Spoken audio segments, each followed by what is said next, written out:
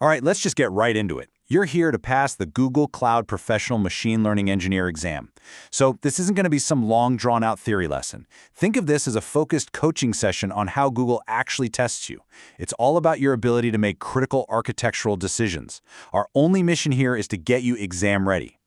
So what's the #1 mistake people make? I see it all the time. It's not about forgetting some complex deep learning theory. The exam over and over again tests your ability to choose the right Google Cloud service for a specific business problem.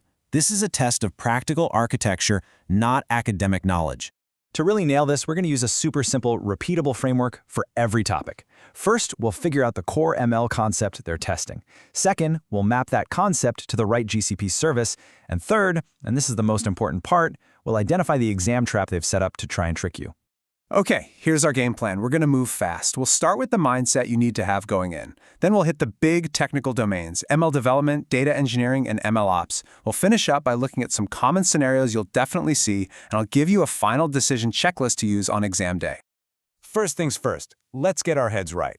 Cracking the PMLE mindset is crucial. It's not just about what you know, it's about how you apply that knowledge when you're under pressure. Just look at the official definition of the role. The whole exam is built around this idea. You're not a junior dev, you're a senior engineer. You have to treat every question like it's a mini consulting gig. You're there to weigh the trade-offs and recommend the absolute best GCP architecture for the problem at hand. All right, Section 2, ML development. This is the heart of the exam, where a huge chunk of the questions come from.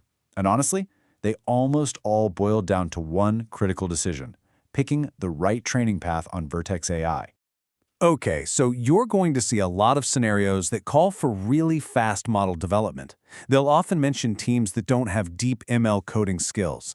The keywords you're looking for are things like speed, minimal code, and standard problems with structured data, like tables.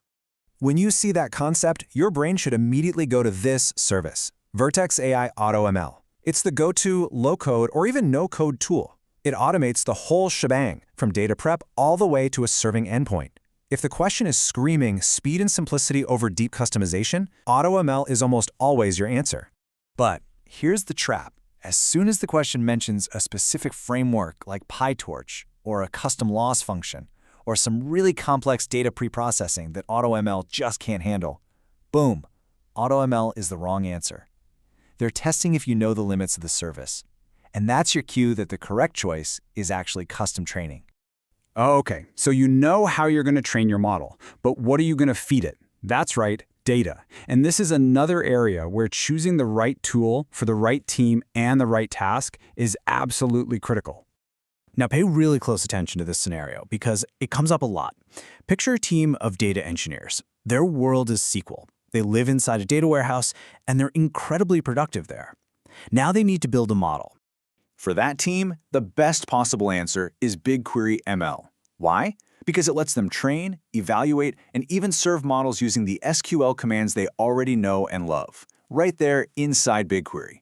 This means less data movement, and they get to use their existing skills. It's the most efficient solution for that kind of team. And here's the trap for this one. BigQuery ML is super powerful, but it is not a full-blown data processing engine. If the scenario describes really complex, multi-step pre-processing that goes way beyond what you can do in standard SQL, then BQML is the wrong answer. That's a huge signal that you need a dedicated tool like Dataflow, which probably means you're going down the path of a Vertex AI custom training pipeline. So you've got your training method, you've got your data pipeline, but how do you make it repeatable, reliable, production ready? That, my friends, is ML ops. And it's a massive part of this exam, weighing in at over 20%. You absolutely have to know what a typical end-to-end pipeline looks like on GCP. It usually starts with scalable preprocessing, maybe using Dataflow. You track all your runs with Vertex AI experiments. The whole workflow gets stitched together and automated with Vertex AI pipelines. And then, once it's deployed, you're watching for drift with Vertex AI model monitoring. Knowing how these pieces connect is just non-negotiable. Now let's talk about the most crucial MLOps exam trap: training, serving, skew. The idea is simple. Whatever transformations you apply to your data during training, you must apply the exact same transformations when the model is serving predictions. The trap is to pick an architecture where that logic is separate, like say a Panda script for training and a totally separate cloud function for serving. The correct answer will always be the one that packages the transformation logic with the model, using something like TensorFlow Transform inside a Vertex AI pipeline. That guarantees consistency. Okay, let's pull all of this together. The most common decision you'll have to make is choosing between the three main training environments. Getting this right is how you win or lose a ton of questions. Think of this table as your cheat sheet. The right choice nearly always comes down to these three things. Let's walk through them. First, what's the team's primary skill set? Are they SQL experts? Do they prefer a UI? Or are they deep in Python frameworks? Second, where does the data actually live? And third, how much control and customization does the problem really require? You need to memorize these trade-offs. Finally, let's boil everything down into a simple mental checklist. When you get a really tough question on the exam, just pause and run through these criteria. It will guide your thinking and help you validate your choice. Before you click that final answer, just do a quick mental scan. What's the team's skill set? SQL, Python, or UI? What's the latency need? Batch or real-time? Do we need a fully managed setup or a custom container to get total control? What's the scale of the data? And finally, do they need model explainability? This little checklist keeps you focused on the practical trade-offs the exam is really testing. At the end of the day, passing the PMLE exam isn't about memorizing a list of services. It's about thinking like an architect.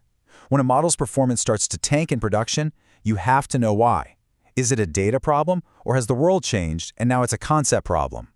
The real test is knowing which levers to pull on Google Cloud to figure it out and fix it. That's the mindset that's going to get you certified.